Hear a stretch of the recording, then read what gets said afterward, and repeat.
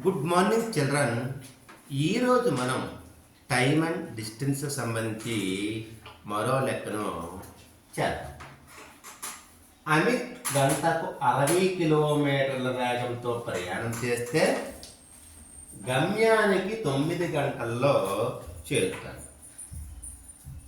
గంటకు 90 కిలోమీటర్ల వేగంతో ప్రయాణం చేస్తే అదే గమ్యాన్ని ఎన్ని గంటల్లో చేరుతాడు అని ప్రశ్న. దీనికి జవాబులు: ఏ 5 గంటలు, బి 6 గంటలు, సి 7 గంటలు, డి 6 గంటల 15 నిమిషాలు. అమిత్ అనే ఒక అబ్బాయి ఉన్నాడట. గంటకు 60 కిలోమీటర్ల వేగంతో ప్రయాణం చేస్తే అతడు గమ్యాన్ని అంటే చేరవలసిన ప్రదేశాన్ని 9 గంటల్లో చేరుతాడట.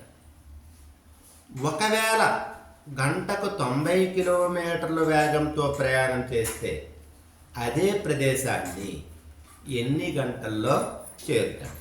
ఎందుకంటే ఇక్కడ స్పీడ్ అనేది, వేగం అనేది పెరిగింది.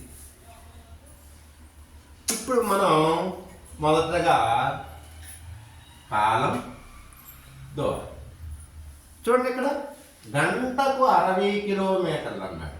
సో ఒక గంటకి 60 కిలోమీటర్లు అన్నాడు కాబట్టి 60 కిలోమీటర్లు. ఇప్పుడు ఈ వేగంతో వెళ్తే ఎన్ని గంటలు పట్టింది? 9 గంటలు పట్టింది. ఒక గంటకి 60 కిలోమీటర్లు అయితే 9 గంటల్లో ఎంత ప్రయాణం చేస్తాడో అనేది మొదటగా కనుక్కోవాలి. సో అడ్డుగుణకారం చేసుకుంటే క్వశ్చన్ మార్క్ ఈక్వల్ టు 9 గంటలు ఇంటూ 60 కిలోమీటర్లు బై 1 గంట. గంటలు ప్రమాణాలు పోయాయి. ఇప్పుడు ఈ 9 గంటల్లో ప్రయాణం చేసిన దూరం చూడండి. సింపుల్గా 6 9 54. ప్రక్కన ఒక 0 ఉంది కాబట్టి 0 వేసుకుంటే 540 కిలోమీటర్లు. 9 గంటల్లో ప్రయాణం చేసిన దూరం ఎంతమ్మా? 540 కిలో. ఇప్పుడు ఏం చేశాడు? తన యొక్క వేగాన్ని పెంచాడు.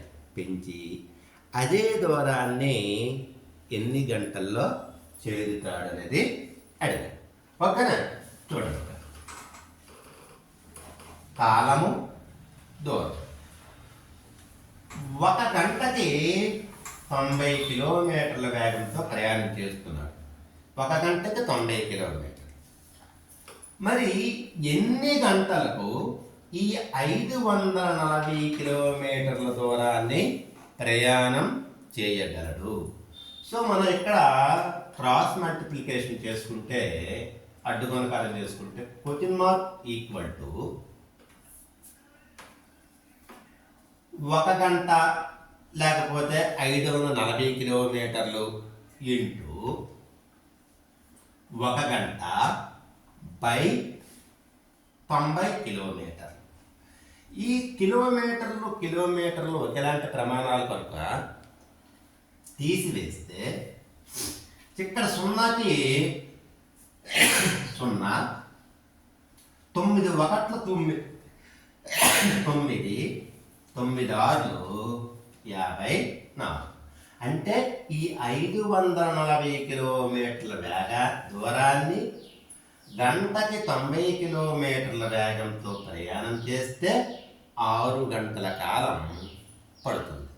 సో ఆన్సర్ అనేది డి.